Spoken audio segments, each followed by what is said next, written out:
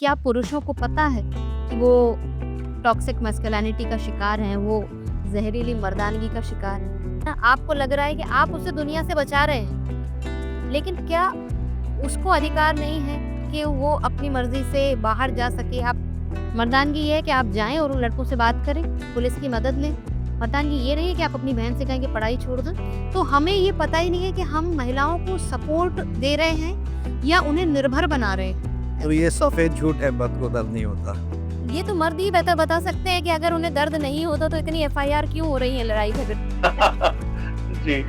महिलाओं को ज़्यादातर घरों में आज भी डिसीजन मेकिंग प्रोसेस में शामिल नहीं किया जाता है। उनको ये भी एक टॉक्सिसिटी है कि वो शायद जैसे पुरुष महिलाओं को इक्वल इंटेलिजेंस का मान ही नहीं रहे हैं। तो मर्द भी टॉक्सिक पैदा नहीं होते बल्कि मर्द भी बना दिए जाते हैं। ऊपर वाले ने ऐसा तो नहीं कि रोने का इमोशन सिर्फ औरत को देके भेजे। पुरुष कब ज्यादा खुश है, कब कम खुश है, कब मध्यम खुश है, पता नहीं चलता। जो इमोशन भरा है उसके अंदर वो निकलेगा जरूर, वो वायलेंस में निकलेगा। जैसा आपने कहा था कि वो डोमेस्टिक वायलेंस में निकलेगा और उसको पता है कि गुस्सा दिखाएगा तो कोई उसकी मर्दानगी पे सवाल नहीं उठाएगा। महिलाओं का क्या स्टैंड होना चाहिए खास तौर पे इस टॉक्सिक मैस्कुलिनिटी को लेकर? ऑब्ससेनिटी, न्यूडिटी या एक लैंग्वेज जो है वो किसी भी तरह की यूज करती है, क्योंकि वो क्रिएटिव लिबर्टी का नाम उसको के नाम से एग्जैक्टली।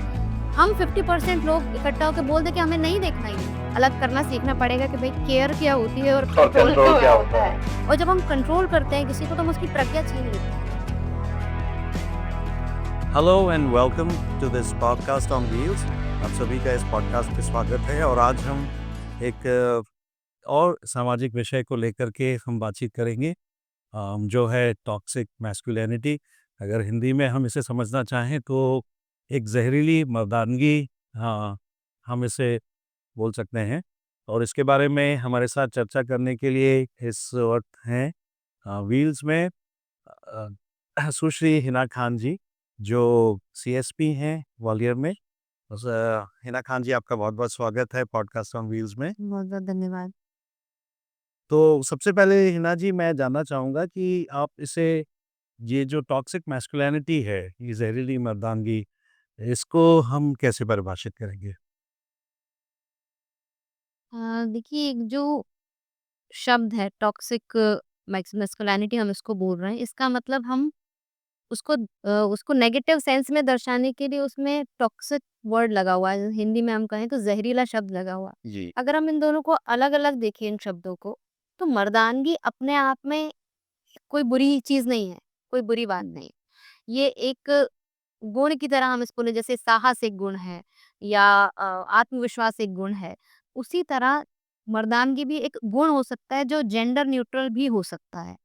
कहीं न कहीं भाषा की बाध्यता होती है, इसी वजह से हम जब किसी को हमें अ, बहुत ज़्यादा साहसी दर्शाना होता है ना? ऐसा दर्शाना होता है कि वो व्यक्ति ने बहुत करेज का काम किया, तो हम उसे मर्दानगी शब्द उसमें दे देते हैं। चूँकि कई सालों से या हमारा ऐतिहासिक पृष्ठभूमि हमारी पूरे विश्व की ऐसी रही है कि साहस का काम, यानी कि युद्ध में लड़ने का काम होता था, वो पुरुष ही करते थे, मर्द ही करते थे। तो कहीं न कहीं उस साहस को परिभाषित करने के लिए एक शब्द दे दिया गया मर्दानगी। लेकिन अगर हम आज के सिनेरियो में बात करें, तो हम इसको जेंडर न्यूट्रल भी ले सकते हैं। मर्दानगी महिला में भी हो सकती है, करेज, क्योंकि करेज बिल्कुल जेंडर न्यूट्रल है, करेज किसी में भी हो सकता है। जी। लेकिन जब इस साहस के साथ, ये मर्दानगी शब्द के साथ जब ज़हरीली जुड़ गया, जब टॉक्सिसिटी जुड़ गया, तो इसका अर्थ अब नेगेटिव हो गया। यानी कि आप हमको ये अब एक स्यूडो कुल मस्कुलिनिटी। मिला के टॉक्सिक मैस्कुलिनिटी एक विरोधाभासी शब्द की तरह, ऑक्सीमोरॉन की तरह हो गया है। बिल्कुल, बिल्कुल। हमें अगर दिखाना है कि मर्दानगी अगर गलत दिशा में चली जाए, तो क्या होता है? तो हम उसे कहेंगे कि भई अब ये मैस्कुलिनिटी जो है वो टॉक्सिक हो गई है। टॉक्सिक हो गई। तो इस टॉक्सिक मैस्कुलिनिटी का पुरुषों को भी खामियाज़ा भुगतना पड़ रहा होगा ना? क्योंकि ये जब टॉक्सिसिटी लेके चलेगी तो वो टॉक्सिसिटी तो उनको परेशान करेगी ही करेगी। तो उसके एलिमेंट्स क्या हो सकते हैं? मेरा कहने का मतलब है कि जो टॉक्सिक मैस्कुलिनिटी है, उसमें ये तत्व पाए जाते हैं। अगर हम उनकी ओर थोड़ा बहुत चर्चा करें, विचार करें। सबसे अहम बात ये है कि क्या पुरुषों को पता है कि वो टॉक्सिक मैस्कुलिनिटी का शिकार हैं, वो ज़हरीली मर्दानगी का शिकार हैं। क्या वो ये बात जानते हैं? क्या उनको इस बात में फ़र्क करना आता है? स्ट्रेट चलिए। जी। क्या उनको इस बात में फ़र्क करना आता है कि भई यहाँ तक मेरी मर्दानगी थी, ये काम जो है मैंने मर्दानगी का किया है, साहस का किया है या अपना कर्तव्य मैंने निभाया है या फिर मैंने किसी और की स्वतंत्रता का हनन कर दिया है? क्या वो इस चीज़ को समझ पा रहे हैं? इसको कैसे हम एग्ज़ैक्टली आप उदाहरण देके समझाइए कि कैसे एक टॉक्सिक मैस्कुलिनिटी किस प्रकार से जैसे आपने बताया कि पुरुष को नहीं पता है कि वो उसका शिकार है। जैसे दायित्व की बात करी तो दायित्व तो महिलाएँ बहुत अच्छे से निभाती हैं। बिल्कुल, अगर ये मर्दानगी है तो वो दायित्व तो बहुत अच्छे से निभा रही हैं। बिल्कुल। लेकिन जब किसी की उसका हनन करना, स्वतंत्रता का हनन करना है, तो किस प्रकार से एक आम पुरुष भी कंडीशन्ड है ऐसा करने के लिए और उसको पता नहीं चलता? ऐसा कोई उदाहरण? यदि मान लीजिए भाई-बहन ले लीजिए, जी। आप रिश्ता है, रक्षा सूत्र भी बाँधा जाता है भाई को हमारे देश में। यानी कि हम उस भाई से अपेक्षा करते हैं कि जब हमें ज़रूरत पड़ेगी, तब वो हमारी रक्षा करेगा या सहायता करेगा। अब उसे इस बात का एहसास कब होगा कि अभी उसकी मदद की ज़रूरत है और अभी नहीं। जैसे कि आपने देखा होगा कि भैया हमको यहाँ नहीं जाने देते, भैया हमें इस चीज़ जी। आप उसको अपनी बहन को या मान लीजिए सोशल मीडिया यूज़ करने से रोक रहे हैं। आप अपनी बहन को व्हाट्सएप नहीं चलाने देते, इंस्टाग्राम नहीं चलाने देते, आपकी सिस्टर का फ़ोन आप बिना पूछे उठा लेते हैं, यूज़ कर लेते हैं, हुँ। है ना? आपको लग रहा है कि आप उसे दुनिया से बचा रहे हैं, लेकिन क्या उसको अधिकार नहीं है कि वो अपनी मर्ज़ी से बाहर जा सके? आप उसे बोल रहे हैं कि नहीं यहाँ नहीं जाओगी या फलानी मान लीजिए फूलबाग नहीं जाओगी, मेरे साथ चलोगी, अकेली नहीं जाओगी, मेरे साथ जाओगी। अब उसे नहीं पता कि वो अपनी बहन को पंगु बना रहा है, डिपेंडेंट बना रहा है अपने ऊपर कि भाई चलो फिर यही डिपेंडेंसी हमेशा कैरी फॉरवर्ड होती है। कभी ये डिपेंडेंसी फादर पे होती है, भाई बड़ा हो जाता है तो उस पे होती है, फिर पति पे हो जाती है और अल्टीमेटली बेटों पे हो जाती है। हुँ। तो हमें ये पता ही नहीं है कि हम महिलाओं को सपोर्ट दे रहे हैं या उन्हें निर्भर बना रहे हैं। जब हम इसमें फ़र्क करना सीख जाएँगे, तब हमें पता चलेगा कि ओके ये मर्दानगी है, ये हमारा काम है। मर्दानगी है कि भाई मेरी बहन ने मुझसे शिकायत की कि भैया 4 लड़के मुझे रोड पे परेशान करते हैं, मैं वहाँ से गुज़रती हूँ, तो मेरा गुज़रना मुश्किल करते हैं। मर्दानगी ये है कि आप जाएँ और उन लड़कों से बात करें, पुलिस की मदद लें। मर्दानगी ये नहीं है कि आप अपनी बहन से कहें कि पढ़ाई छोड़ दो या रास्ता बदल लो, हम तुम्हारी शादी करा देते हैं, तो तुम्हारे साथ हमेशा एक बॉडीगार्ड रहेगा।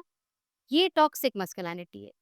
जी। कि हम समझ ही नहीं पा रहे कि हमें कहाँ और क्या काम करना है। एक एलिमेंट टॉक्सिक मैस्कुलिनिटी का कि पुरुष जो है अपनी शुरू से बचपन से कंडीशन किया जाता है कि क्या लड़कियों की तरह रो रहे हो या क्या अपने जैसे डर को प्रदर्शित नहीं करना या भावनाओं को प्रदर्शित नहीं करना। तो कहीं ऐसा तो नहीं लगता है कि इसका डोमेस्टिक वायलेंस जो पुरुष में कभी-कभी आ जाती है या अक्सर आ जाती है। जैसे हमने देखा होगा कि आप अपने ही कार्यक्षेत्र में कितनी महिलाएँ डोमेस्टिक वायलेंस का शिकार होती हैं। तो एक तो ये अपने आप को प्रदर्शित भावनाओं को व्यक्त नहीं कर पाते, फिर शायद वो इसको मार-धाड़ में निकालते हैं, वो भी स्त्रियों के ऊपर। या अब मैं इस तरीके से फ्रेम कर रहा हूँ ये क्वेश्चन नहीं, मैं लेकिन समझ पा रही हूँ कि इमोशनल जो आउटबर्स्ट है उसकी हम बात मुझे लगता है आप वो कहना चाह रहे हाँ, अगर वो हो। इमोशंस इमोशंस को सही तरीके से रिलीज़ नहीं हो रहे हैं वो कहीं और जा टॉक्सिसिटी में चला चला जा रहा है। बिल्कुल। समस्या तब आती है जब हम ये सोचते हैं कि महिला एक अलग तरह की इंसान है, पुरुष एक अलग तरह का इंसान है। जबकि डिफरेंस केवल बायोलॉजिकल है, साइकोलॉजिकल कोई डिफरेंस नहीं। पुरुष को भी दर्द होता है, चोट लगती है, रोना आता है, पुरुष की रगों में भी खून ही बह रहा है। तो ये सफ़ेद झूठ है, मर्द को दर्द नहीं होता। ये तो मर्द ही बेहतर बता सकते हैं कि अगर उन्हें दर्द नहीं होता तो इतनी एफआईआर क्यों हो रही है लड़ाई झगड़े। जी। हम जब ये हम कहीं न कहीं उनको पुरुषों को भी एक एपार्टमेंट नहीं दे पा रहे हैं जहाँ वो खुल के अपने इमोशंस को एक्सप्रेस कर पाएँ। आज आप देखिए किसी भी सोसाइटी के या राइट्स की वजह से आज एलजीबीटीक्यू की बात होती है। जी। तो उनको क्यों वो अभी तक नहीं मिल पाया प्लेटफ़ॉर्म या सपोर्ट क्योंकि हम पुरुषों से हम एक्सप्रेसिव होने की अपेक्षा नहीं रखते। उन्हें सिखाते भी नहीं हैं। अगर कोई बच्चा रो रहा है तो अगर आप उसे कह रहे हो क्या लड़कियों की तरह रो रहा है, जी, या अगर किसी पुरुष को डर लग रहा है तो आप उसे कह रहे हो चूड़ियाँ पहन लो, घर बैठ जाओ। तो आप उसे क्या बता रहे हो कि इमोशन और इमोशन का एक्सप्रेशन महिलाओं का काम है। आपका काम अपने इमोशन एक्सप्रेस करना नहीं है, उनको सप्रेस करना है। तो जब अगर मुझे मान लीजिए हम पुरुष को पुरुष ना समझे, हम उसे एक बच्चा बालक समझते हैं जो नहीं जानता, उस अभी उसके साथ कोई आइडेंटिटी एसोसिएट नहीं है जब उसका जन्म हुआ है। जी, हम उसे बचपन से सिखा रहे हैं, अलग तरह के खिलौने दे रहे हैं, बचपन से सिखा रहे हैं कि दीदी के साथ बाहर जाओ, या हम अगर वो रो रहा है, हम उसे कह रहे हैं क्या लड़कियों की तरह रो रहा है, या अरे अच्छे बच्चे रोते नहीं। तो आप उसे क्या सिखा रहे हैं? मान लीजिए उसको किसी ने मारा, हुँ। वो रो रहा है, उसे तकलीफ हो रही है, दर्द हो रहा है, वो रो रहा है। ठीक।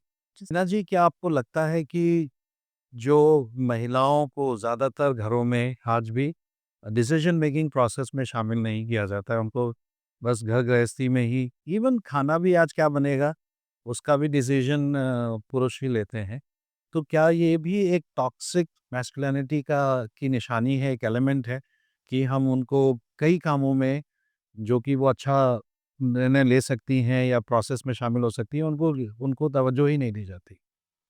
Is that an element of toxic masculinity? बिल्कुल है। आप ये सोचिए कि जो खाना वो तैयार कर रही हैं, स्ट्रेट वो वाले रोड, जी, जो खाना वो तैयार कर रही हैं, वो क्या खाएँगी या नहीं खाएँगी इसका सवाल उनसे नहीं पूछा जा रहा है, बल्कि वो पूछ रहे हैं कि भई हम ही खाना बना रहे हैं, आप बता दीजिए कि आप क्या खाएँगे? जी, तो ये छोटी-छोटी चीज़ें होती हैं, छोटे-छोटे डिसीजंस होते हैं, जो कहीं न कहीं डिपेंडेंस को दर्शाते हैं।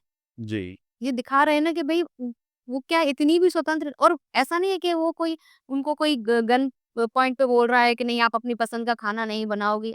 लेकिन महिलाएँ अपने आप को भी ऐसा अडैप्ट कर लेती हैं कि घर के पुरुष जो सब्ज़ी नहीं खाते, महिलाएँ वो बनाना बंद कर देती हैं और खुद भी खाना बंद कर देती हैं, क्योंकि उनको पता है कि भई इससे मेरा काम ही बढ़ेगा। उनके लिए अलग बनेगा, मैं अपने लिए अलग बनाऊँगी, तो मैं इतना क्यों परेशान हूँ? तो महिला इसमें सैक्रिफाइस कर लेती है। मान लीजिए कि किसी फैमिली में हस्बैंड कद्दू नहीं खाते, जी, वाइफ को पसंद है। वो क्या करेगी, बहुत फ्रीक्वेंटली कद्दू नहीं बनाएगी। जब उसका मन करेगा बहुत दिन में 15-20 दिन, महीने भर में, तो वो अपने लिए उतना बनाएगी और खा लेगी। मोस्ट ऑफ द टाइम हो सकता है उसका मन कर रहा हो, लेकिन वो इसीलिए नहीं करेगी कि एक तो उसका डुप्लीकेशन ऑफ वर्क हो जाएगा, दोहरा काम उस पे पड़ेगा।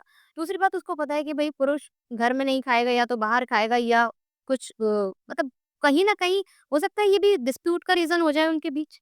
तो ये छोटी-छोटी चीज़ें हैं जिसमें वो जानबूझकर भी अपना नहीं लेना चाहती निर्णय, कि भई कल को ऐसा ना हो कि अगर ये निर्णय गलत हो गया, अगर ये चीज़ खराब बन गई, तो मुझसे कोई ये ना कहे कि ये तुम्हारी वज़ह से ऐसा तो हुआ। ये तो एक महिला का पर्सपेक्टिव हो गया, विवाद नहीं चाह रही है।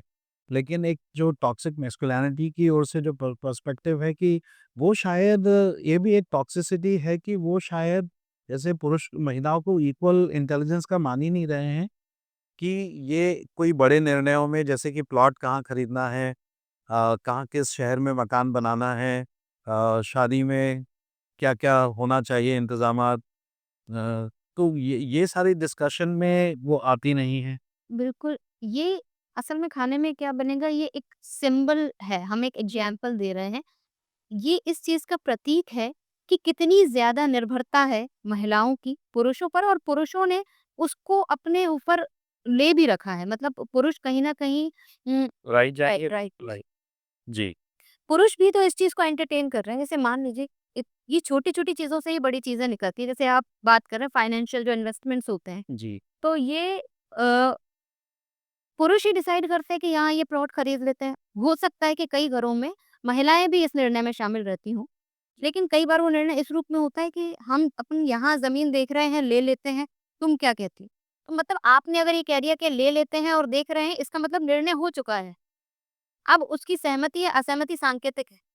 सॉरी, वो सांकेतिक है कि अब वो बोलती है कि हाँ ठीक है, ले लो, या अगर वो बोलती है कि अरे नहीं मत लो, तो फिर आप उसको एक्सप्लेन करेंगे कि क्यों लेना ज़रूरी है या अपन ने क्यों ले लिया है। तो उस ये जो प्रोसेस है, जो आफ्टर डिसीजन मेकिंग हो रही है, ये बिफोर डिसीजन मेकिंग होना चाहिए। जी, मतलब यदि आप कुछ इन्वेस्टमेंट सोच रहे हैं, तो अगर आप पूरे हस्बैंड वाइफ या जो भी आपके फैमिली मेंबर्स हैं, आप बैठ के डिसाइड कर रहे हैं कि भई एरिया भी आप बैठ के सिलेक्ट कर रहे हैं, इन्वेस्टमेंट का पैसा, प्लॉट का साइज़ भी आप बैठ के सिलेक्ट कर रहे हैं, तो ये उस डिसीजन मेकिंग उस प्रोसेस में आपने शामिल किया। तो वहाँ वहाँ चीज़ें ठीक होती हैं। लेकिन जब आप डिसीज़न लेने के बाद बता रहे हैं या बोल रहे हैं कि अपन ने ऐसा कर लिया है, ठीक है या नहीं? तो ये तो वैसी बात हो गई कि भई मैंने खाने में कद्दू बना लिया है, ठीक है या नहीं? मतलब वही बात हो गई ना कि अब आपका ओपिनियन मैटर नहीं करता, क्योंकि डिसीज़न हो चुका है। तो ये चीज़ें पहली होनी चाहिए और छोटी-छोटी चीज़ों से ही होता है। जैसे हम जैसे मैं जब हम बात कर रहे थे पहले मैंने आपको बोला था कि सिमोन डी बुआ का एक कोट है कि औरत पैदा नहीं होती, बना दी जाती है। जी, इसका अर्थ ये नहीं है कि उसका जेंडर चेंज कर दिया जाता है। इसका अर्थ ये है कि जो एक कंडीशन कर दिया जाए। कंडीशनिंग होती है, एक जो फेमिनाइन ट्रेट्स होते हैं जिससे आप बताते हैं भई तेज़ बात ना करो, आराम से बात करो, सबसे रिस्पेक्ट से बात करो, सबकी केयर करो, जो है उसे खिलखिला के नहीं चिल्ला के नहीं हँसो, एक सर्टेन टाइप के कपड़े पहनो, एक सर्टेन टाइम पे आओ या जाओ या जो भी चीज़ें हम उनको सिखा रहे हैं, हम उनकी पर्सनैलिटी को जैसा बना रहे हैं, तो इसका अर्थ ये होता है। तो इसी तरह अगर हम आज के समाज में देखें, तो मर्द भी टॉक्सिक पैदा नहीं होते बल्कि मर्द भी बना दिए जाते हैं। वाह! तो मर्द भी आपने कहा कि मर्द भी पैदा नहीं होते, मर्द बना दिए जाते हैं, उस सेंस में। जी। नाइस। और जैसे आपने बताया था कि मर्दों को खुद नहीं पता है कि वो इस प्रकार की टॉक्सिसिटी के शिकार हैं। तो मैं आपसे ये जानना चाहूँगा कि इसका उपाय क्या है? मतलब कि हम कैसे इस टॉक्सिसिटी को हटा सकते हैं? समाज में जो देखी जा रही है, बहुत से अपराध इसका कारण हो सकते हैं, होते भी हैं। तो इसमें मतलब शुरू से हम क्या करें? कुछ ऐसी मूलभूत बातें जिससे कि कुछ बदलाव आए उस दिशा में? मुझे लगता है सबसे पहला स्टेप तो घर से ही होता है। हुँ। घर से दोनों पेरेंट्स मतलब मदर फादर दोनों ही अगर इस चीज़ पर ध्यान दें कि वो कितनी बार इन शब्दों का इस्तेमाल कर रहे हैं कि लड़के होने की वजह से किसी बच्चे को क्या काम करना चाहिए और लड़की होने की वजह से क्या काम करना चाहिए। यहाँ से आप उसकी कंडीशनिंग चालू कर रहे हैं। जी। जब आप उसको बोल रहे हैं कि लड़के फ्रॉक नहीं पहनते या लड़के गुड़िया से नहीं खेलते, यहाँ से आप उसको एक टॉक्सिक मर्द बनाने की दिशा में ले जा रहे हैं। तो वो हमेशा यही समझेगा कि भई पिंक कलर पहनना या गुड़िया से खेलना लड़कियों का काम है, मर्दों का काम नहीं। तो वो उन मर्दों को भी गलत नज़र से या कह लें कि उनको एक्सेप्टेंस उसमें नहीं आएगी। जो मर्द ऐसा काम कर रहा है उसको लगेगा अरे ये तो लड़कियों का काम है। फिर टैगिंग शुरू होती है जैसे एलजीबीटीक्यू की जो हमारे में एक्सेप्टेंस नहीं है वो इसीलिए नहीं है, क्योंकि जो हमारा एक क्राइटेरिया एक फ्रेम है ना मर्द का, उसमें वो फिट नहीं हो रहे हैं। हमें एक्सेप्टेंस ही नहीं है, हमारा एक विज़न ही डेवलप नहीं हो पा रहा कि नहीं भाई, मर्दानगी कई तरह से हो सकती है या कोई व्यक्ति अगर कोई ग्रोन अप मैन कोई आदमी रो रहा है, वो किसी के सामने गिड़गिड़ा के रोता है या वो रो रहा है तो इस वो इतना बड़ा हौवा क्यों है आज हमारे सामने? हमें लगा अरे उसके मतलब वो आदमी रो दिया, सोचो कितना परेशान हो। इसका मतलब उस महिलाओं को कितना रोना ये बोलने के लिए कि वो जताने के लिए कि कितनी परेशान है और महिलाओं का रोना फॉर ग्रांटेड हम ले लेते हैं। तो फिर अरे ये तो बात-बात पे अरे बात-बात पे मर्द भी अगर रोएँगे तो ये कोई बड़ी बात नहीं रहेगी कि बात-बात पे कोई भी रो सकता है। अगर ह्यूमन इमोशन है, ऊपर वाले ने ऐसा तो नहीं कि रोने का इमोशन सिर्फ़ औरत को देके भेजा है। एग्ज़ैक्टली। बच्चा पैदा होता है तो वो किसी भी जेंडर का हो वो रोता है। तो यानी ऊपर वाले ने आपको रोना सिखा के भेजा है। रोए ना तो डॉक्टर परेशान हो जाए। परेशान हो जाते हैं भई रो क्यों नहीं रहा? हाँ। डॉक्टर उसको थोड़ा मार-पीट करते थोड़ा-सा जगाते हैं कि अब प्रसर रो, है ना? तो रो ऊपर वाले ने हमें रोने का इमोशन डाला है, आदमियों में भी और औरतों में। तो अगर हम उसको तो हम ये नेचुरल कोर्स से डाइवर्ट हो रहे हैं ना। ईश्वर चाह रहा है कि हम हँसे भी, रोए भी, गाएँ भी, सब कुछ करें। लेकिन हम मर्दों को ये सिखा रहे हैं कि नहीं भई आपको इस तरह से रोना नहीं है या आपको बहुत खुश नहीं होना है। आप देखिए सिर्फ़ दुःख की बात नहीं है। मैंने ये देखा है कि पुरुष बहुत ज़्यादा एक्सप्रेसिव खुशी के मामले में भी नहीं होते। एग्ज़ैक्टली। महिलाएँ खुशी में भी रो देती हैं, दुःख में भी रो देती हैं। लेकिन पुरुष कब ज़्यादा खुश हैं, कब कम खुश हैं, कब मध्यम खुश हैं, पता नहीं चलता। क्योंकि उनको ऑल टुगेदर हम अपने इमोशंस को सप्रेस करना सिखा रहे हैं और ये जो सप्रेशन है, देखिए व्यक्ति के अंदर भावनात्मक रूप से भी ये ठीक नहीं है। बिल्कुल नहीं अनहेल्दी है ये। एग्ज़ैक्ट कि उसके मन में सब भरता जा रहा है, वो लेकिन किसी को बोल ही नहीं पा रहा इस डर से कि उसकी मर्दानगी पे सवाल उठ जाएगा। हुँ। लेकिन वो निकलेगा ज़रूर, वो चीज़ जो इमोशन भरा है उसके अंदर, वो निकलेगा ज़रूर, वो वायलेंस में निकलेगा जैसा आपने कहा था कि वो डोमेस्टिक वायलेंस में निकलेगा, वो अपने बच्चों पर भी हाथ उठा सकता है। हाँ। यदि वो फैमिली में इस कंडीशन में है कि किसी पे हाथ नहीं उठा रहा तो वो बाहर जाके लड़ाई झगड़ा करेगा। हुँ। वो इमोशन अब देखिए इमोशन को एक बड़ा कॉम्प्लेक्स बनाया है ऊपर वाले ने हमको। हमारी खुशी कब गुस्से में, गुस्सा कब दुःख में और दुःख कब ईर्ष्या में बदल जाए पता नहीं चलता। तो अगर कोई व्यक्ति दुखी है और वो अपना दुःख नहीं निकाल पा रहा तो वो दुःख गुस्से में बदलेगा।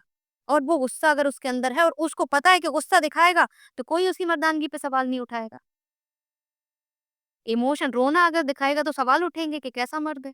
लेकिन वो गुस्सा करेगा तो उसे पता है कि कोई सवाल नहीं उठाएगा। तो उसके जितने भी इमोशंस हैं, वो अल्टीमेटली एंगर में कन्वर्ट होंगे, गुस्से में कन्वर्ट होंगे, फिर वो बाहर निकलेंगे जिसका नतीजा आपको सोसाइटी में दिखता है। कि वो किसी के भी खिलाफ फिर वो ज़ाहिर-सी बात है गुस्से में व्यक्ति कोई प्रोडक्टिव काम तो अच्छा करता नहीं है, डिस्ट्रक्टिव काम ही करता है। इसके साथ-साथ जैसे हमने कहा कि पुरुषों के बारे में बात की, महिलाओं का क्या स्टैंड होना चाहिए, ख़ास तौर पे इस टॉक्सिक मैस्कुलिनिटी को लेकर के कि वो क्या करें, क्या नहीं करें? कुछ आपके मन में ऐसे कोई विचार हों कि महिलाएँ किस प्रकार का स्टैंड लें जिससे कि इसको मतलब इसको कर्ब किया जा सके? कुछ चीज़ें मतलब स्टैंड ले लें कि नहीं ये कि हमको ये नहीं सहना है या ये नहीं करना है या इसको अलाउ नहीं करना है या कोई अभिव्यक्ति करना है किस प्रकार की। इसमें जैसे हम बात कर रहे थे ना कि कबीर सिंह और एक और मूवी एनिमल, जैसे ऐसा तो नहीं है कि सिर्फ़ पुरुष ही दिख रहे हैं, क्योंकि वो इतनी हिट हुई है समाज में तो महिलाएँ भी उसको देख रही हैं और कहीं न कहीं इस प्रकार के मैस्कुलिन दिखने वाले और भाव-भंगिमाओं के लोग ज़्यादा आकर्षित भी करते हैं लोगों को। तो इस स्थिति में एक महिला के दृष्टिकोण से उसको कैसा स्टैंड लेना चाहिए? मेरा काफ़ी लंबा प्रश्न हो गया, मतलब statement but just wanted to know your views. या असल में क्या है कि हम व्यक्ति और अभिव्यक्ति की स्वतंत्रता को महत्व देते हैं। सारा कोई भी सभ्य समाज उसको महत्व देता है। और कहीं न कहीं इस अभिव्यक्ति की स्वतंत्रता का हवाला देते हुए इस तरह की चीज़ें बनती हैं। जैसे आप कई सारे ओटीटी प्लेटफ़ॉर्म्स पर भी देखेंगे कि ऑब्ससेनिटी, न्यूडिटी या एक लैंग्वेज जो है, वो किसी भी तरह की यूज़ करती है क्योंकि वो क्रिएटिव लिबर्टी ले का नाम उसको के देते नाम हैं। से एग्ज़ैक्टली। जब इस तरह की मूवीज़ बनती हैं, तो ऐसा तो नहीं है कि बिना महिलाओं की ये मूवीज़ बन गई। क्या इसमें महिलाओं ने रोल नहीं किया है? क्या कास्ट, क्रू, प्रोडक्शन कहीं भी क्या महिलाओं का रोल नहीं रहा है? रहा है। वो भई ठीक है, ये उनका काम है, वो कर रहे हैं। हम मतलब हम उस चीज़ में नहीं जाना चाहते बट अगर हम एज़ वुमेन हर चीज़ में रिस्पॉन्सिबिलिटी लें, तो हम इस तरह की मूवीज़ को भी तो मना कर सकते हैं कि भई एज़ एक्टर आप रिफ्यूज़ कर सकते हो कि नहीं भई इसमें तो बड़ा खराब लाइट में महिलाओं को दिखाया है, हम ये नहीं करेंगे। As producer, as crew member, as viewer सबसे बड़ी ताकत तो व्यूअर की होती है, दर्शक की सबसे बड़ी ताकत होती है। दर्शक हम 50% हमारे देश की जनसंख्या को रिप्रेज़ेंट करते हैं। हम 50% लोग इकट्ठा होके बोल दें कि हमें नहीं देखना ये, जिसमें हमें इस तरह की रोल में दिखाया जा रहा है जिसमें हमें इस तरह बेइज़्ज़त करने को प्राइड लिया जा रहा है। Alpha male what is alpha male? हमें नहीं देखना alpha male, we are alpha female. हम तो कह रहे हैं हमें किसी सीधे को जाना है। नहीं, नहीं राइट आप किसी को भी अल्फा मत मानिए, सबको इक्वल मानिए। बट द थिंग इज़ कि विरोध ऐसा नहीं होता कि आप बहुत ज़्यादा ही क्रांतिकारी या बिल्कुल रोड पर ही उतर गए।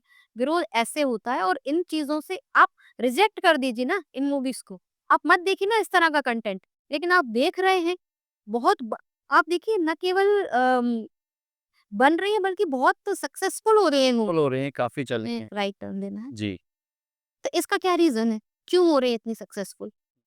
क्योंकि हम लोग देख रहे हैं, हमें बड़ा आनंद आ रहा है कहीं न कहीं और मतलब आई डोंट मैं सारी महिलाओं का तो नहीं कह रही बट मैंने कुछ ऐसे केसेस भी देखे हैं, जिसमें महिलाएँ खुद इस तरह के बिहेवियर को अच्छा मानती हैं।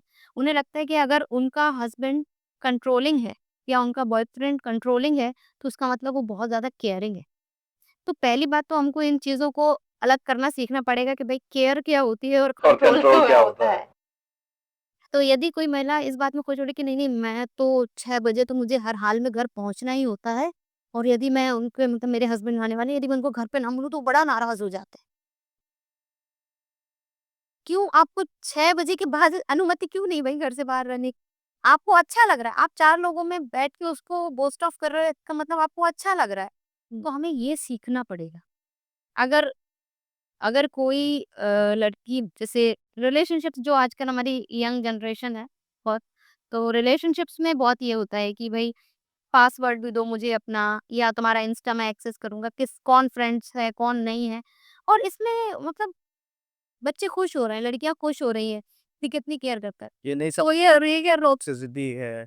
वो भई आपको, अगर केयर इसे कहा जाता है कि मैं मान लीजिए मैं किसी के साथ रिलेशनशिप में हूँ, मैं लड़का हूँ, है ना? मैं किसी का पार्टनर हूँ, मैं उससे कहूँ कि यार सोशल मीडिया पे आप देख-भाल के फ्रेंड्स रिक्वेस्ट एक्सेप्ट करना, अननोन पर्सन की मत करना, और अगर कोई परेशान करे या अननेसेसरी मैसेज करे तो ज़रूर बताना, अपन उसमें कुछ एक्शन लेंगे।